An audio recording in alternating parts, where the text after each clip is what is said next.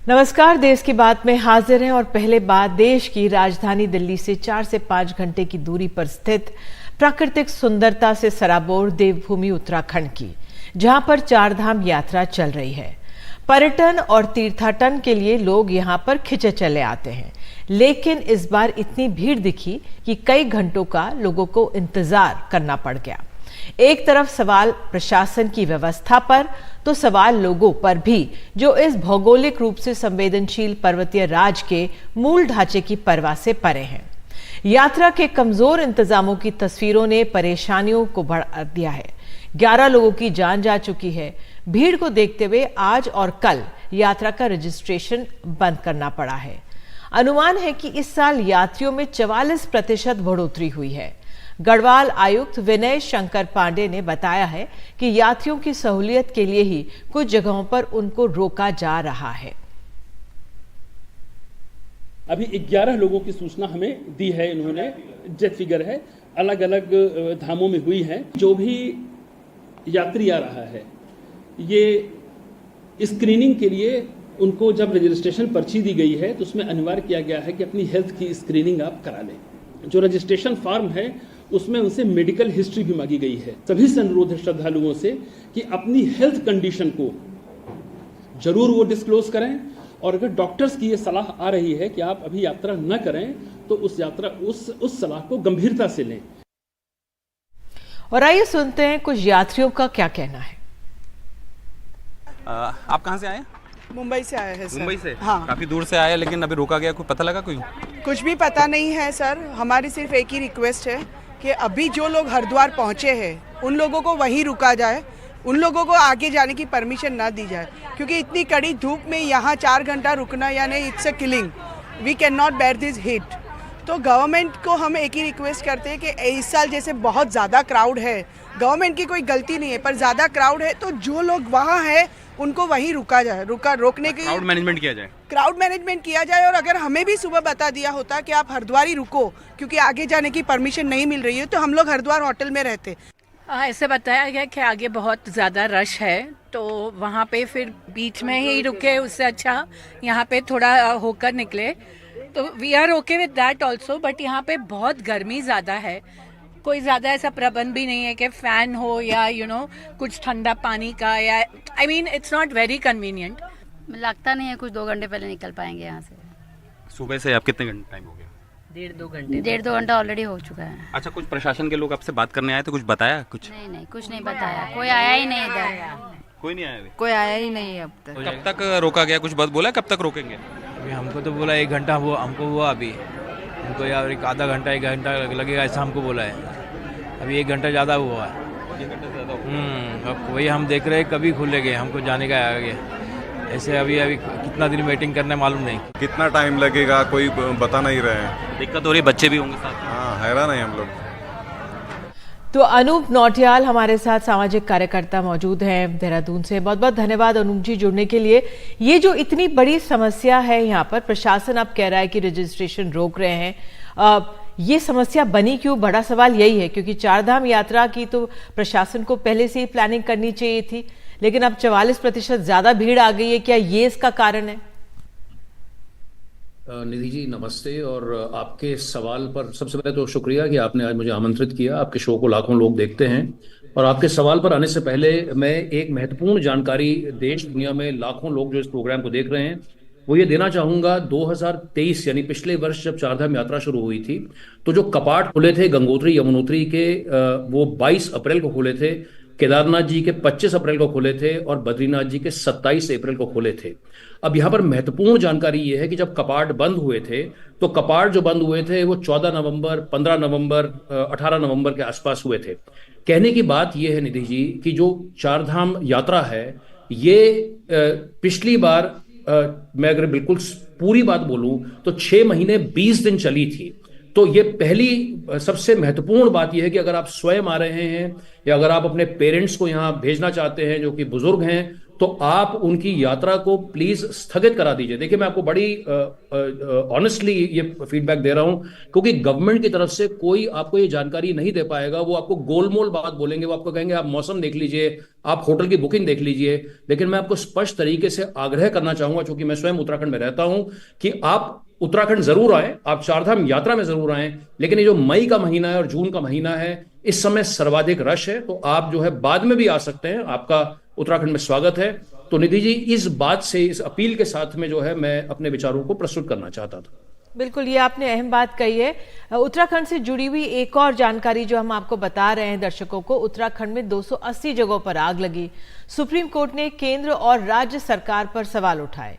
Court ने केंद्र से पूछा है कि जब आपने आग से निपटने के लिए राज्य सरकार ने 10 करोड़ मांगे तो करीब 3 करोड़ से कुछ ज्यादा ही क्यों दिए। उत्तराखंड सरकार से पूछा कि जंगलों में आग के बावजूद वन कर्मचारियों को चुनाव ड्यूटी पर क्यों लगाया गया। उत्तराखंड सरकार के मुख्य सचिव को समन किया गया है और उनको 17 मई को पेश होने के आदेश भी दे दिए गए हैं। अनूप जी, इस पर भी आपकी टिप्पणी। ये जो आग लगी है, इतनी जगह लगी है, यहां पर क्यों रोकथाम नहीं हो पा रही है? सुप्रीम कोर्ट का कड़ा रुख है, क्या उसका कुछ असर होगा? देखिए निधि जी, ये बहुत बड़ा दुर्भाग्य है उत्तराखंड राज्य के साथ में। और मैं आपके मूल सवाल पर आता हूं। देखिए, ये इसका अगर एक लाइन में आंसर देखें तो हमारा जो पूरा जो तंत्र है, जो पूरा शासन प्रशासन का जो तंत्र है, वो असल में कमजोर है। और आपने चाहे हम जंगलों की आग की बात करें कि 10 दिन पहले उत्तराखंड पूरे देश दुनिया में सुर्खियां बटोर रहा था जंगल की आग के लिए। इस समय हम एक बार फिर चर्चित हो रखे हैं चारधाम की अव्यवस्था को लेकर के, और अगले 10-15 दिन के बाद में आपदाओं के कारण जो है हम एक बार फिर से हेडलाइंस में देश दुनिया में अपना स्थान बनाएंगे। सवाल ये उठता है कि जब हमको मालूम है कि हर साल जो है ये फॉरेस्ट फायर का सीजन आना है, फॉरेस्ट फायर का सीजन कोई नई बात नहीं है, हर साल उत्तराखंड के जंगलों में आग लग रही है। जब से राज्य का गठन हुआ है 50,000 हेक्टेयर से ज्यादा जंगल जल चुके हैं। वर्ष 2000 में उत्तराखंड राज्य का गठन हुआ था। चारधाम यात्रा हर साल आती है, पिछले साल भी 54 लाख से ज्यादा श्रद्धालु आए थे। क्या जो बेतहाशा गर्मी, रिकॉर्ड तोड़ गर्मी हो रही है, उसका भी इसमें बहुत बड़ा रोल होगा? ये उससे देखिए, जहां तक फॉरेस्ट फायर की बात है तो ठीक है, अपनी जगह क्लाइमेटिक रीजंस अपनी जगह हैं, बरसात कम है, नमी कम है, फिर चीड़ के पेड़ हैं, स्थानीय जो लोग हैं, लोगों की जो जंगल के साथ जो आस्था थी, समय के साथ में लोग और जंगल जो है एक दूसरे के साथ में जो उनका मेल मिलाप था वो दूर होता चला गया, उसमें कानूनी है।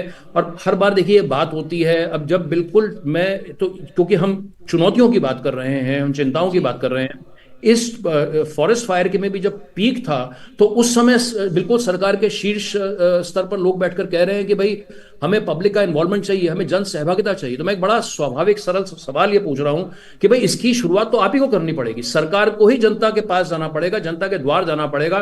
पब्लिक जो है सरकार के पास नहीं आ सकती है। लेकिन होता क्या है, जैसे ही बारिश होती है, बारिश हुई, जंगल की आग बुझ गई, वो जो मुद्दा है वो पूरा का पूरा हाशिए पे चला गया। तो इसी तरीके के साथ में यहाँ पर जो जिंदगी है, शासन प्रशासन गवर्नेंस, लैक ऑफ गवर्नेंस जो है वो हमें देखने को मिलता है। और उसी का खामियाजा इस साल निधि जी जो हालत और हालात हैं बड़े विकट हैं, जो आज 6वां दिन यात्रा का है। और जैसा आपने शुरू में कहा कि, और आपने कुछ हमें विजुअल्स भी दिखाए, 44-45% तो भी एस्टिमेट है, हो सकता है और बढ़ जाए।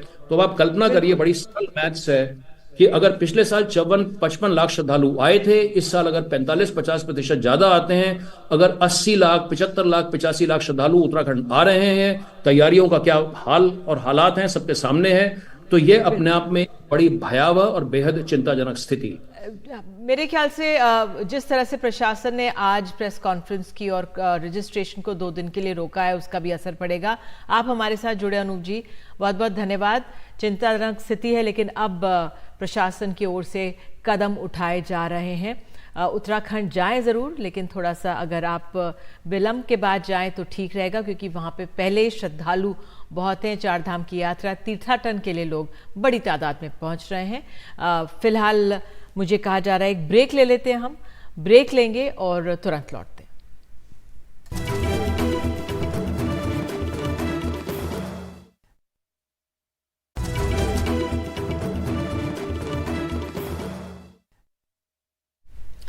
बात राजनीति की। आपको बता दें, दिल्ली में चुनाव जो मतदान है 25 मई को है। अरविंद केजरीवाल मुख्यमंत्री बाहर आए हुए हैं बेल पर, तो वो रोड शो कर रहे हैं। वो इंडिया गठबंधन के 3 उम्मीदवारों के लिए प्रचार कर रहे हैं। ये तीनों ही उम्मीदवार कांग्रेस के हैं। 25 मई को बटन दबाने जाओगे, अगर आपने कमल का बटन दबा दिया तो मेरे को जेल जाना पड़ेगा, और अगर आपने इनका बटन दबाया तो मेरे को जेल नहीं जाना पड़ेगा। अगर आपने पंजे का बटन, यहाँ पे मैं क्लियर कर दूं, हमारा दिल्ली में इंडिया गठबंधन है, कांग्रेस और आम आदमी पार्टी का गठबंधन हुआ है। इस लोकसभा क्षेत्र से चांदनी चौक से जयप्रकाश अग्रवाल जी खड़े हुए हैं, इनको कौन नहीं जानता, सब लोग जानते हैं। कौन कौन प्यार करता है मेरे से? जो करे केजरीवाल को प्यार, वो करे मोदी को इनकार। सीए के तहत पहली बार 14 शरणार्थियों को नागरिकता दी गई है। गृह सचिव ने इन लोगों को नागरिकता के सर्टिफिकेट दिए। तमाम दस्तावेजों की जांच के बाद नागरिकता दी गई है। ममता बनर्जी जो हैं वो हर एक रैली में कहती हैं कि सीए का फॉर्म मत साइन कीजिए, आपको नागरिकता नहीं मिलेगी, और आप कहते हैं कि डरना नहीं चाहिए। सत्य देखिए, आज ही मैं आपको एडवांस में समाचार दे रहा हूं। दिल्ली में प्रथम 300 लोगों को नागरिकता मिलने जा रही है। सीए देश का कानून है स्मिता जी, और इसको इस तरह से झुठलाया नहीं जा सकता। जो हिंदू, सिख, बौद्ध, जैन, क्रिश्चियन भारत, पाकिस्तान, बांग्लादेश और अफगानिस्तान से आए, वो सारे लोग 2014 के पहले जो शरणार्थी बनकर आए, उनका अधिकार है, डॉक्यूमेंट हो न हो उनको नागरिकता मिलेगी।